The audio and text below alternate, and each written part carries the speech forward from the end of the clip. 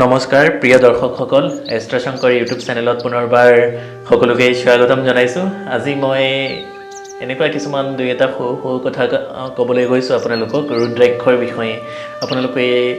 কেনেকুৱা ধৰণৰ কেইমুখী ৰুদ্ৰাক্ষ আপোনালোকে ধাৰণ কৰিলে আপোনালোকৰ জীৱনত যে আমূল পৰিৱৰ্তন হ'ব সেই কথা মই আপোনালোকক দাঁতি গেৰাণ্টি দি আপোনালোকক ক'ব পাৰোঁ। মই দায়িত্ব সহকাৰে আপোনালোকক ক'ব পাৰোঁ। আপোনালোকে জানিবলৈ ভিডিঅ'টো একেবাৰে সম্পূৰ্ণ শেষলৈকে চাব, স্কিপ নকৰাকৈ চাব। অতি গুৰুত্বপূৰ্ণ কেইমুখী ৰুদ্ৰাক্ষ আপোনালোক সকলোৰ কাৰণে বহুত বেছি সৌভাগ্যদায়ক। আপোনালোকক আজি মই জনাবলৈ গৈছোঁ, আপোনালোকে জানিবলৈ মোৰ লগত সম্পূৰ্ণ ভিডিঅ'টো শেষলৈকে থাকক। এইখিনিতেই সৰু এটা অনুৰোধ সকলোলৈকে, যদিহে মোৰ এষ্ট্ৰ শংকৰ ইউটিউব চেনেলটো আপোনালোকৰ ভাল লাগে, আপোনালোকে অনুগ্ৰহ কৰি মোৰ এই এষ্ট্ৰ শংকৰ ইউটিউব চেনেলটো ছাবস্ক্ৰাইব কৰিব, লাইক কৰিব, কমেণ্টছ কৰিব। আৰু মোৰ পৰা আপোনালোকে কেনেকুৱা ধৰণৰ ভিডিঅ'ছসমূহ আশা কৰে কমেণ্টছ বক্সৰ মাধ্যমেৰে আপোনালোকে জনাবলৈ একেবাৰে নেপাহৰিব। আৰু আপোনালোকে বহুতে আমাৰ লগত বা মোৰ লগত কণ্টেক্ট কৰিব খোজে, মোৰ চেনেলত ডিছক্ৰিপশ্যনত মোৰ নিজৰ পাৰ্চনেল কণ্টেক্ট নম্বৰ দিয়া আছে, আপোনালোকে যোগাযোগ কৰিব পাৰিব। আৰু মই দুই এটা সীমিত সংখ্যক চেম্বাৰ কৰোঁ, যদি আপোনালোকৰ ভাল লাগে আপোনালোকে তাতো আপোনালোকে যোগাযোগ কৰিব পাৰিব। আহক এইখিনিতে দেৰি নকৰাকৈ আজিৰ মূল বিষয়বস্তুটোলৈ আগবাঢ়োঁ। আজি মই আপোনালোকক দুটা ৰুদ্ৰাক্ষৰ বিষয়ে জনাবলৈ গৈছোঁ। সেই দুটা ৰুদ্ৰাক্ষ আপোনালোকে ধাৰণ কৰিলে আপোনালোকৰ জীৱনত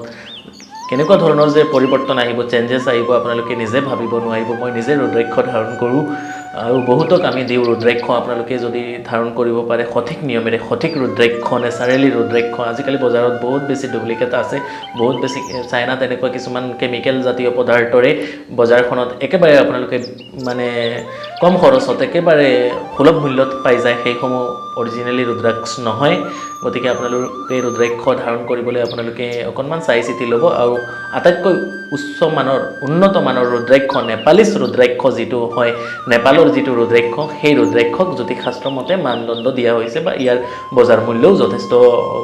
বেছি অন্যান্য ৰুদ্ৰাক্ষৰ তুলনাত। আজি মই দুটা ৰুদ্ৰাক্ষ ক'ম। প্ৰথমতে ক'ম আপোনালোকক পাঁচমুখী অৰ্থাৎ পঞ্চমুখী ৰুদ্ৰাক্ষ আপোনালোকে ধাৰণ কৰিলে আপোনালোকৰ কি হ'ব।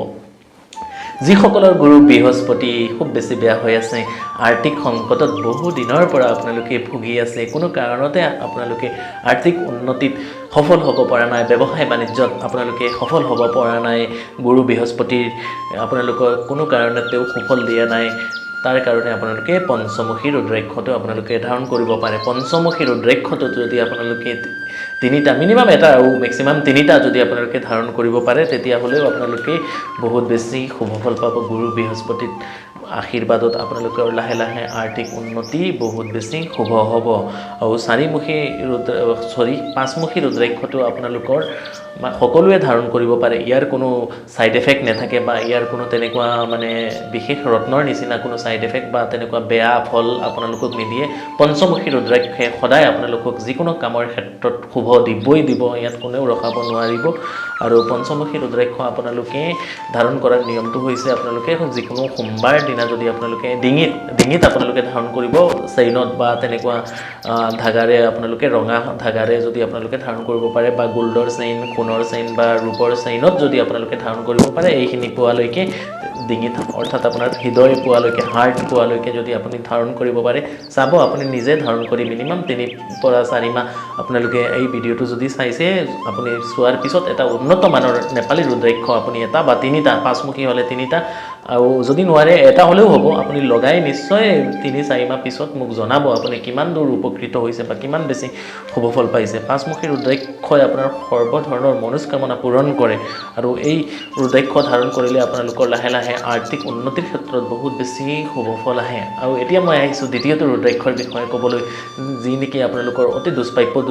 দুষ্প্ৰাপ্যও নহয়, মানে সাতমুখী ৰুদ্ৰাক্ষটো আপোনালোকক জনাই আছোঁ। এতিয়া সাতমুখী বজাৰত আপোনালোকে 200 টকাত 50 টকাত পাই যাব, সেইবোৰ কেতিয়াও অৰিজিনেল নহয়, সেইবোৰ কোম্পানীত মেনুফেকচাৰিং কৰি চাইনাৰ কিছুমান প্ৰডাক্ট মাৰ্কেটত আপোনালোকক এভেইলেবল কৰি দিয়া যায়। অৰিজিনেল যদি আপোনালোকে নেচাৰেল যদি নেপালীছ সাতমুখী ৰুদ্ৰাক্ষটো আপোনালোকে ক্ৰয় কৰিব খুজিছে, ইয়াৰ বজাৰ মূল্যও বহুত বেছি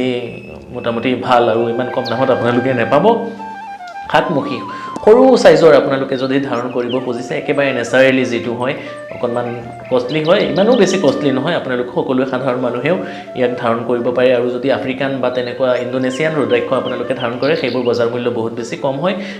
আটাইতকৈ উন্নত মানৰ ৰুদ্ৰাক্ষ নেপালী আৰু আমাৰ যিটো ভাৰতবৰ্ষৰ হৰিদ্বাৰত যিটো ৰুদ্ৰাক্ষ পোৱা যায় সেই ৰুদ্ৰাক্ষটো বহুত বেছি উন্নত মানৰ হয় কিন্তু আটাইতকৈ ইণ্ডিয়া ৱৰ্ল্ডৰ ভিতৰত বিশ্বৰ ভিতৰত নেপালী যিটো ৰুদ্ৰাক্ষ সেই ৰুদ্ৰাক্ষটো অতি উচ্চ মানৰ ৰুদ্ৰাক্ষ বুলি শাস্ত্ৰমতে আখ্যা দিয়া হৈছে বা ইয়াৰ চাইণ্টিফিকেলি বৈজ্ঞানিক গুণাগুণ বহুত বেছি শুভ সাতমুখী ৰুদ্ৰাক্ষ প্ৰথমতে আপোনালোকৰ শনিৰ কাৰণে বহুত বেছি উপকৃত শনিৰ কাৰণে বহুত বেছি শুভ ফল দিয়ে সাতমুখী ৰুদ্ৰাক্ষ যদি ক'বলৈ যাওঁ আমি মা লক্ষ্মী স্বৰূপ বুলি সাতমুখী ৰুদ্ৰাক্ষক ধাৰণ কৰা মানে কোৱা হৈছে সাতমুখী ৰুদ্ৰাক্ষই আপোনালোকৰ অভাৰঅল গোটেইখিনি বহুত বেছি সকলো ক্ষেত্ৰত শুভ কৰে সাতমুখী এটা মইতো আপোনালোক সকলোৰ কাৰণে মই এটা যদি পাৰে আপুনি যদি সম্ভৱ হয় আপুনি যদি ভিডিঅ'টো চাইছে মই ক'ম আপুনি এটা সাতমুখী ৰুদ্ৰাক্ষ ধাৰণ কৰি আপুনি মিনিমাম 45 ডেজ ৱেইট কৰক তাৰপিছত চাব ইয়াৰ ৰিজাল্ট সাংঘাতিক ধৰণৰ এটা শুভ আপোনালোকে ৰিজাল্ট পাবলৈ সক্ষম হ'ব এটা সাতমুখী ৰুদ্ৰাক্ষই আপোনাৰ জীৱনত আমূল এটা পৰিৱৰ্তন আনি দিব পাৰে যিসকলৰ শনিৰ স্বাৰে খাতি শনিৰ দশা শনিৰ বেয়া প্ৰভাৱ চলি আছে বা ৰাহু কেতু তেনেকুৱা যদি এই তিনিটা বিশেষকৈ গ্ৰহৰ যদি খুব বেছি বেয়া হৈ আছে বা আপোনালোকে ৰাতি তেনেকুৱা বেয়া সপোন দেখে ৰাতি টোপনি নাহে আৰ্থিক ক্ষেত্ৰত বহুত বেছি টকা ইনকাম হয় বহুত বেছি আনলিমিটেড টকা ইনকাম হয় কিন্তু আপোনাৰ ইনকামতকৈ ব্যয় ভাৱ আৰু যথেষ্ট বেছি তেতিয়াহ'লে আপুনি কি কৰিব এটা সাতমুখী ৰুদ্ৰাক্ষ অতি সোনকালে যিমান সোনকালে আপোনাৰ সম্ভৱ হয় অতি সোনকালে সৰু চাইজৰ একেবাৰে সৰুটো নহয় মিডিয়াম চাইজৰ এটা সাতমুখী ৰুদ্ৰাক্ষ আপুনি যিমান সোনকালে পাৰে আপুনি আনি ডিঙিত আপুনি ধাৰণ কৰক চেইনৰে সৈতে আৰু আপুনি নিজে ৰিজাল্টটো চাওক সাতমুখী ৰুদ্ৰাক্ষৰ বহুত বেছি উপকাৰ আছে আপোনালোকে যদি পাৰে এটা সাতমুখী ৰুদ্ৰাক্ষ ধাৰণ কৰিব সাতমুখী ৰুদ্ৰাক্ষ ধাৰণ কৰিলে আপোনালোকৰ দৰিদ্ৰতা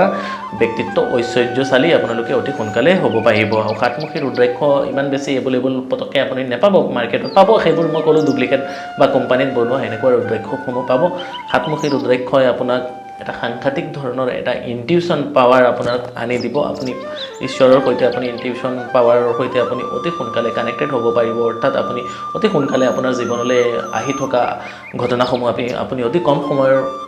আপোনালোকে মানে হেৰি কৰি ল'ব পাৰিব যে আপোনাৰ আগন্তুক অহা মাহটো কেনেকুৱা যাব আপুনি নিজে অনুভৱ কৰিব পাৰিব মই যদি কওঁ আপোনালোকক আটাইতকৈ সাতমুখী ৰুদ্ৰাক্ষটোৱে মই বেছিকৈ প্ৰিফাৰ কৰোঁ আৰু আপোনালোককো মই নিয়ম দিম যে সাতমুখী ৰুদ্ৰাক্ষটো আপুনি যদি পাৰে সম্ভৱ হয় এবাৰ লগাই চাওক তাৰপিছত ইয়াৰ ৰিজাল্ট বা ইয়াৰ গুণাগুণ আপুনি নিজে জানিব গতিকে আজিৰ ভিডিঅ'টো আৰু বিশেষ দীঘল নকৰোঁ পুনৰবাৰ সকলোকে অনুৰোধ জনাইছোঁ যদিহে মোৰ এই এষ্ট্ৰ শংকৰ ইউটিউব চেনেলটো আপোনালোকৰ ভাল লাগে আপোনালোকে ছাবস্ক্ৰাইব কৰিব লাইক কৰিব কমেণ্টছ কৰিব আৰু শ্বেয়াৰ কৰিব আপোনাৰ এটা শ্বেয়াৰে সেই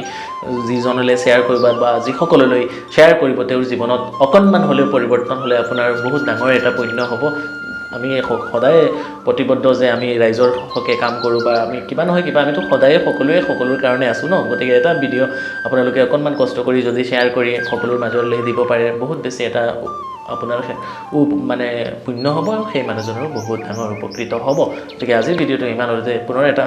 নতুন ভিডিঅ'ৰে লগ পাম পুনৰবাৰ সকলোকে হৰ হৰ মহাদেৱ জয় মা কালী জয় মা কামাখ্যা